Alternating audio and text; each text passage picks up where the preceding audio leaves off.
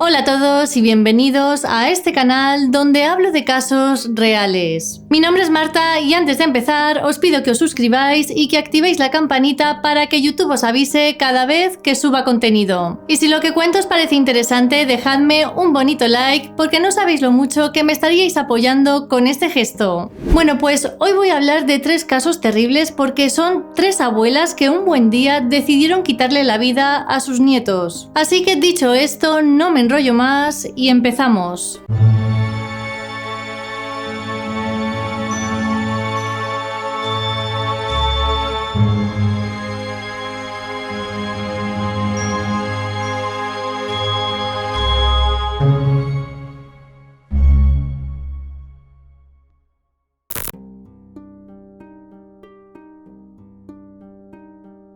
Marianne y Hein Bord eran un matrimonio de 70 años que vivían en Nufringen, Alemania. En enero de 2010 viajaron hasta Georgia, Estados Unidos, para pasar el año nuevo con Karen, su hija, y Camden, su nieto de 5 años. Karen y David, los padres de Camden, eran ingenieros informáticos y se divorciaron en 2006 cuando su hijo tenía tan solo 18 meses. Desde entonces, todos los años, Marianne y Hein pasaban 3 meses visitando a su hija y a su nieto. Durante estas vacaciones de Navidad, los abuelos fueron con Camden hasta St. George Island, en Florida, para pasar unos días. Allí el pequeño se había hecho querer por los vecinos de la zona y pasó los días jugando al fútbol y construyendo fuertes de arena. Tanto los abuelos como el niño parecían felices, así que nadie podía sospechar lo que estaba a punto de suceder.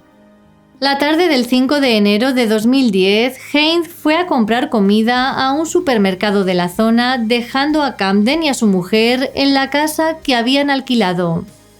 2 horas después, cuando llegó a la casa, el hombre vio que la puerta estaba abierta.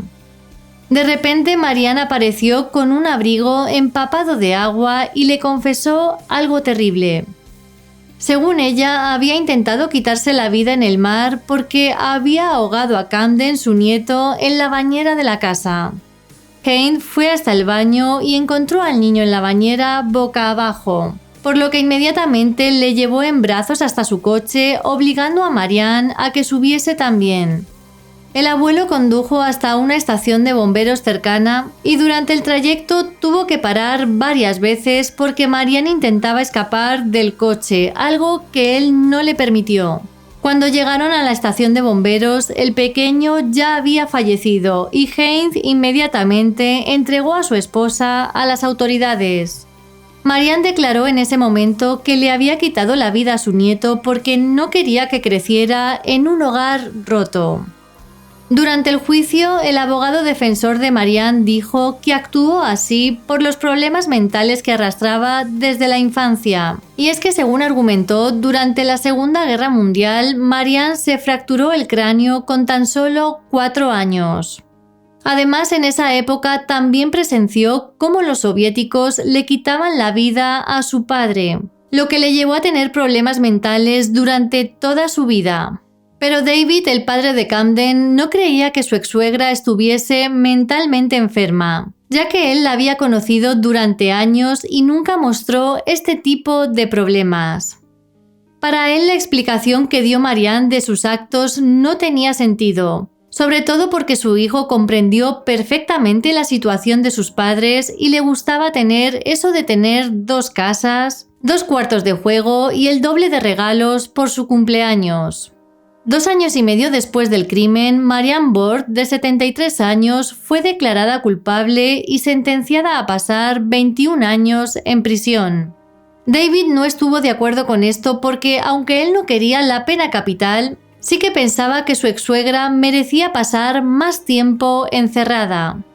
Karen, la madre de Camden e hija de Marianne, nunca asistió al juicio ya que todo esto era muy doloroso para ella. Se sabe que después se volvió a casar y tuvo una hija. En la actualidad, Marianne tiene 82 años y cumple condena en la cárcel estatal de Lowell, en Florida.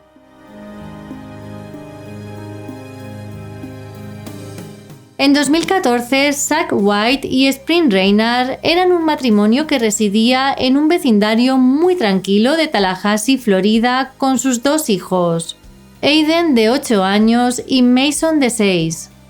La mañana del 5 de agosto, Zack y Spring se fueron a trabajar, y tal y como hacían siempre durante las vacaciones de verano, dejaron a sus hijos al cuidado de la madre de Zack, una mujer de 63 años llamada Martha White. Esa mañana los 2 niños estuvieron jugando a los videojuegos hasta que de repente Martha le dijo a Mason que fuese al baño porque tenía una sorpresa para él. El pequeño fue hasta allí y pasados unos minutos, Aiden empezó a escuchar los gritos de su hermano diciendo: «Por favor, no quiero morir, no me mates». Aiden intentó pasar al baño, pero la puerta estaba cerrada, así que inmediatamente fue hasta el salón y llamó a su madre por teléfono para contarle lo que estaba sucediendo. La mujer le dijo que se escondiera mientras ella iba hasta la casa y llamaba a la policía. Aiden se escondió, pero aún así pudo ver cómo su abuela salía del baño y agarraba una botella de vino que había en la cocina antes de salir a la calle. Cuando los servicios de emergencias llegaron a la casa, encontraron a Mason tirado en un charco de sangre del suelo del baño. Su abuela le había apuñalado varias veces con un arma blanca. Inmediatamente el pequeño, al que le quedaban 2 días para cumplir 7 años, fue trasladado al hospital, donde falleció nada más llegar. La policía encontró a Martha White en un área boscosa que había a 1 kilómetro de distancia de la casa de su hijo. La mujer estaba cubierta de sangre y en sus manos tenía una botella de vino y Xanax. Inmediatamente fue arrestada y cuando le preguntaron por qué le había quitado la vida a su nieto, Martha contestó que estaba harta de él. La mujer fue acusada de asesinato en primer grado, pero antes de empezar el juicio se estableció que Martha no era apta para ser juzgada, por lo que fue ingresada en un hospital psiquiátrico durante 4 meses. Allí se sometió a media docena de exámenes psicológicos que determinaron que podía ser juzgada sin problema. Durante el juicio, su abogado dijo que su defendida tenía problemas mentales. Pero a pesar de esto, Martha White fue declarada culpable en abril de 2016 y sentenciada a cadena perpetua sin posibilidad de solicitar libertad condicional en el futuro.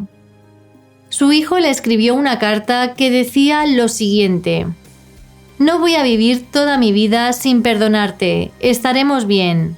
Cada día nos hacemos más fuertes. Pero no puedo imaginar cómo sería vivir en tu cuerpo sabiendo lo que has hecho». Como parte del acuerdo con la fiscalía, Martha White no podrá contactar con los padres ni con el hermano de Mason.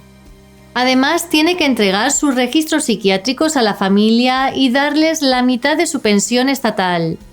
En la actualidad, Martha White tiene 70 años y, al igual que Marianne, la abuela del caso anterior, cumple condena en la prisión de Lowell, Florida. Lamentablemente, Zack White y Spring Reynard acabaron divorciándose.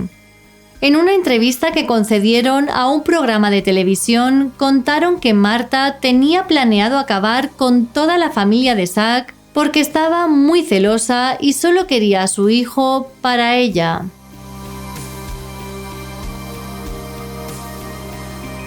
En otoño de 2010, Carmela de la Rosa era una mujer de 50 años que vivía en Fairfax, Virginia, junto a su marido y su hijo.